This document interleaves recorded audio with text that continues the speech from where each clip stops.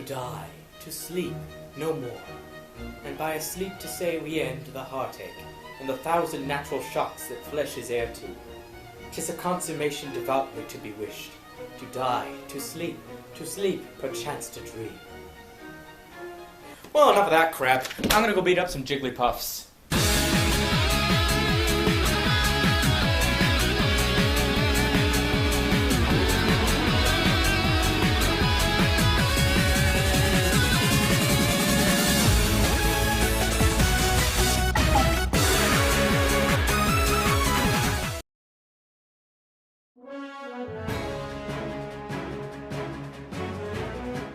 What can be said about Super Smash Bros?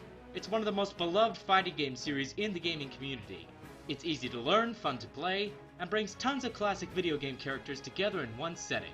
And it's great. It's awesome. It's pure genius. So far, in the 3 installments in the series, soon to be 4, 40 different characters have represented 18 different video game franchises, and there's sure to be plenty more in the future. However, I ask you, which fighters are the best? Well, there is a tier list if you actually care about that sort of crap, but mostly it comes down to opinion and your personal preference in fighting style. So today, I'm listing my top 10 favorites. Now, let me just make this perfectly clear. I am not an expert in this game by any stretch of the word. I've never played in official tournaments, my experience with Melee is minimal, and my online brawl match record is about as impressive as Glass Joe's. If you're looking for a detailed description and all the checks and balances and such, you're not going to find it here. These are just my personal experiences with the 10 characters that I get the most success, mileage, or just plain old fun out of using. So with all that said and done, take it away, Mr. Announcer! 3, 2, 1, go! Okay, we're already off to a rough start because I've chosen Jigglypuff as my 10th favorite fighter in the series. According to the general gaming public, Hufflepuff here is considered to be a joke character. A character that is designed to be terrible in comparison to all the others and is only reinstated into every game in the series due to tradition. And that is true to some extent. It is the lightest character in the series aside from Pichu, which makes it very easy to knock about like a pinball. Also, its moveset typically is weaker when compared to the other characters. However, look past that and it's surprisingly versatile. Its puffing ability allows it to have the best recovery in the game, so it's actually impossible to KO unless you actually knock him off the screen. It also gives it a good aerial game and can dodge many final smashes with ease. Also, while Puff Daddy's moveset isn't terribly powerful, it lends itself to some pretty effective combos. Its singing, while difficult to time, is a great trollish move. It renders your enemy defenseless, and it's a perfectly humiliating way to set up the finishing blow. The egg roll move is also great for getting your opponents above you. Since most fighters in the game have relatively weak attacks for striking opponent underneath them, they'll be easy pickings for this adorable pink puffball. I'm not gonna act like everybody should use Puff the Magic Dragon because, as I said, its weight does provide a very significant disadvantage. However, at the end of a good match, it's just so much fun to say, "Yeah, I just laid the smackdown on you with a Jigglypuff. How do you like me now?"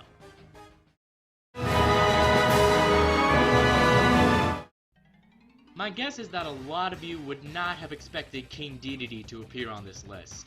After all, I've expressed my hatred for this character in a number of countdowns so far. However, while I may hate Dede's personality and his lack of any sort of villainous qualities, those complaints don't really hold any value when talking about Smash Bros. Anyway, the reason why I put King Dede on this list is because he provides one of the most fun playstyles in the game, smacking everyone around with a giant rocket-powered hammer. Yeah, from a competitive standpoint, he's not very useful. He's a little on the slow side, and his moves aren't up there with the likes of Ike and Bowser for pure power. His final smash is terrible, and for a character his size, he's surprisingly light. But whenever I decide to play as King Dede, I'm not really counting on wrecking everyone in my path. I play as him to just sit down, strap on my flashy gold pants, and have a good old time with my hammer. Dede Smash! Wow, I didn't realize how bad of a pun that was until just now. The way I see it, Samus is one of those characters that requires a bit more strategy than usual. I say this because a lot of Samus's moveset is better suited to a longer range. She fires missiles, energy balls, drops bombs, etc. A bit like Snake, but, you know, less prone to blowing herself up. This makes Samus one of the less conventional characters to play as, but that's not necessarily a bad thing. You can keep your distance pretty well in a free-for-all or team battle, but in a one-on-one duel you don't have a lot of options to work with. Then there's the matter of her final smash, which is basically a shoop-de-whoop on steroids. But this blast is so powerful that it actually destroys her power suit. And then... now Samus has become Zero Suit Samus, a character with less bulk and faster falling speed, but also with more agility and a new moveset entirely based around short range. She wields a laser whip thing that is great for getting in and wrecking things quickly. Zero Suit's final smash draws in close enemies and reassembles her suit, so she can go back to her old self. I'll admit I prefer playing as Zero Suit Samus over regular Samus, but it's the complete shift in gameplay that makes it for me. You start out being a bit more tactical, waiting for your shot and picking your battles carefully. Then, you get yourself a smash ball, and now, as a reward for your patience, you get to go in guns blazing. It forces you to take up more than one strategy, rather than just, I don't know, spamming the hell out of Thunderbolt or something. And I kinda like using my brain every once in a while. You know what they say. It's on like Donkey Kong. It's on like Donkey Kong. It is on like Donkey Kong. It's on like Donkey Kong. Ah yes, good old DK. With him, you get a character that is useful in nearly every situation in the game. You have good power, good mobility, good sturdiness, and a sweet-looking red tie, man! Your power punch is absolutely brutal. It sends foes fleeing for their lives at the mere sight of it. Your spinny thing is great for recovery and for combat, especially since it can go a long way horizontally. Then you have your down smash, which allows you to literally lay a beat down on your opponent. Your final smash kinda sucks, but I don't care. I guess you could say he's limited to a shorter range, which can be a problem against opponents like Samus and Sonic. When you get in close, it's game over. Smash Bros. Hasn't exactly had the best representation of the Star Fox franchise. Sure, it does represent 3 characters from the franchise, but they are more or less clones of each other, so there may as well only be one. Oh, come on, you know that's a load of crap, right? While they do have similar movesets, the characters have different strengths and weaknesses to offer 3 different ways of using those movesets. And my favorite of the bunch is Falco. Let me level with you here. Characters like Jigglypuff and Ike are fun to play as because they have big advantages and big disadvantages. Characters like Falco, on the other hand, are fun to play as because they don't really have any specific weaknesses. Falco is moderately useful in any situation, and as such, has become one of my main fighters whenever I want to try my hand at online brawl. He's not particularly powerful, he's not particularly speedy, he's not particularly well ranged, he's just good at most things. And that's exactly why he is so useful to me. Not to mention his final smash is sweet! He may not be the most fun character to use, but he's definitely a reliable partner in competitive play, and that's good enough for me.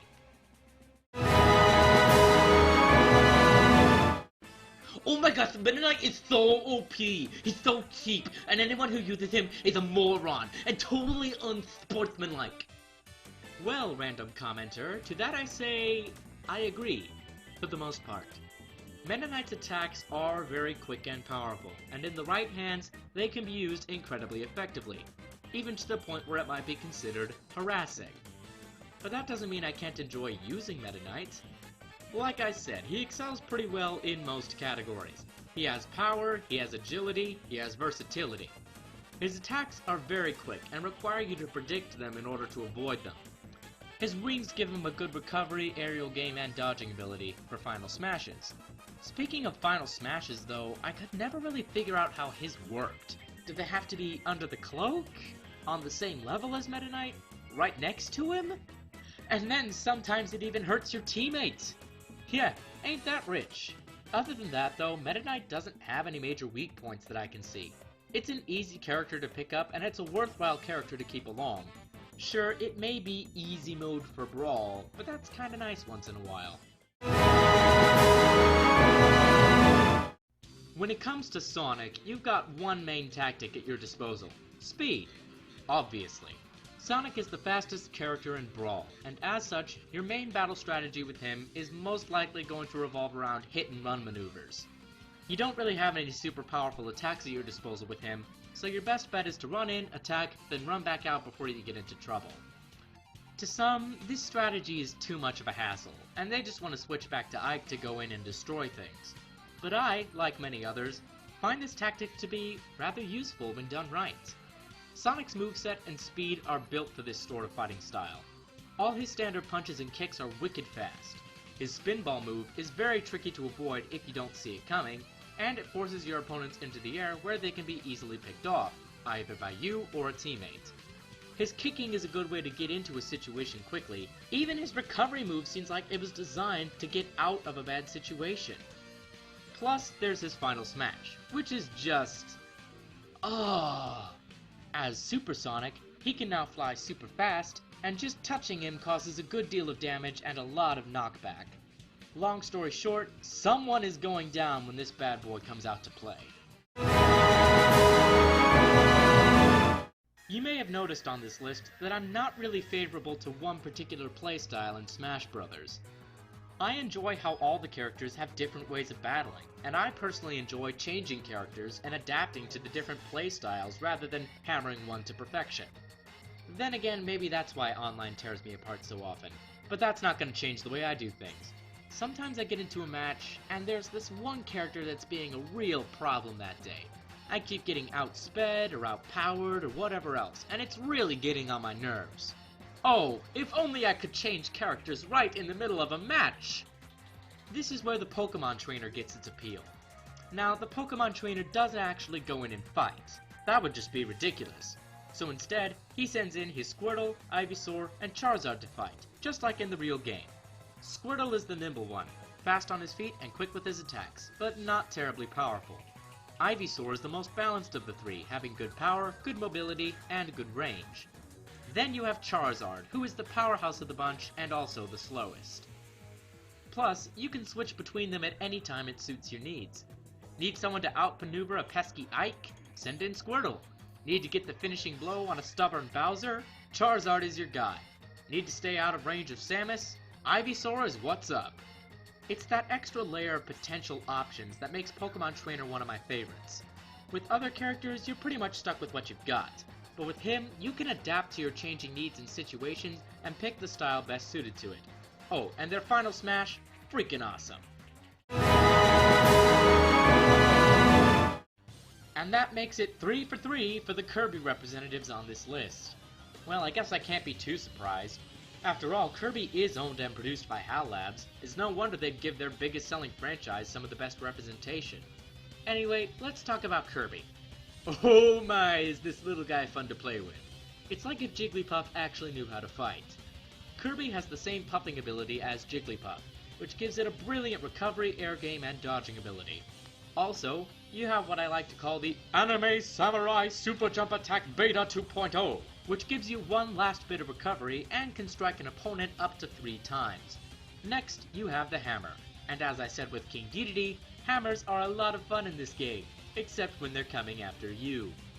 Next, you have the variety of spinning kicks, from the one where Kirby breakdances to the best move in the game for striking someone below you.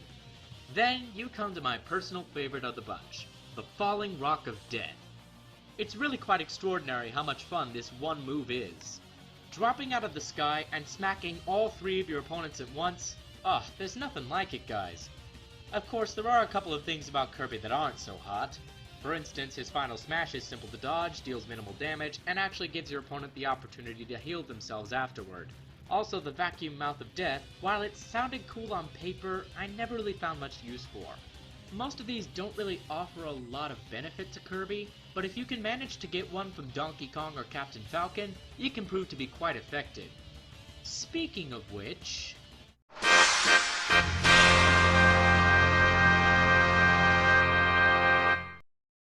no matter which game in the series I'm playing, Captain Falcon has always been my main man. Do you even need me to explain why? He's freaking Captain Falcon! Like Donkey Kong, Captain Falcon seems to do well in every category. Good speed, good mobility, and power? I don't think that'll be a problem whatsoever. In this game, Captain Falcon is the ultimate machine for going straight in and causing mayhem. His standard punches and kicks are pretty good as is, but it's his special attacks that really take the cake. His recovery move has a secondary function. If you touch an opponent while using it, they will explode and you will get another chance to use the move. Also, let's not forget your gravity-defying horizontal jump punch move. When activated, you will move quickly in a horizontal direction. If you're on the ground, any opponents you hit will be sent flying up. In the air, they'll be sent flying down. Plus, there's his final smash, the Blue Falcon. When using this move, any opponents that are directly in front of Captain Falcon will be sent flying for an almost guaranteed KO. But then there's the big one. The thing that everybody loves about Captain Falcon. The thing that even people who haven't played Smash know about. The incredible, the amazing, the glorious Falcon Punch. This one move has become an icon, and rightfully so. Captain Falcon will charge up for a couple of seconds, then let loose with a fiery punch to the face that will send any opponents unlucky enough to be caught in its glory careening off the screen. Not only does it pack a powerful punch, but it looks freaking awesome. Heck, it even sounds awesome. Falcon Punch! Oh, I love that way too much. I'm the Phoenix King, and Mr. Sakurai, I have a suggestion. I know it's a long shot, and I know he started out as a Sony character, but if you can get the rights and pull it off, I will be forever grateful. Bring in Spyro!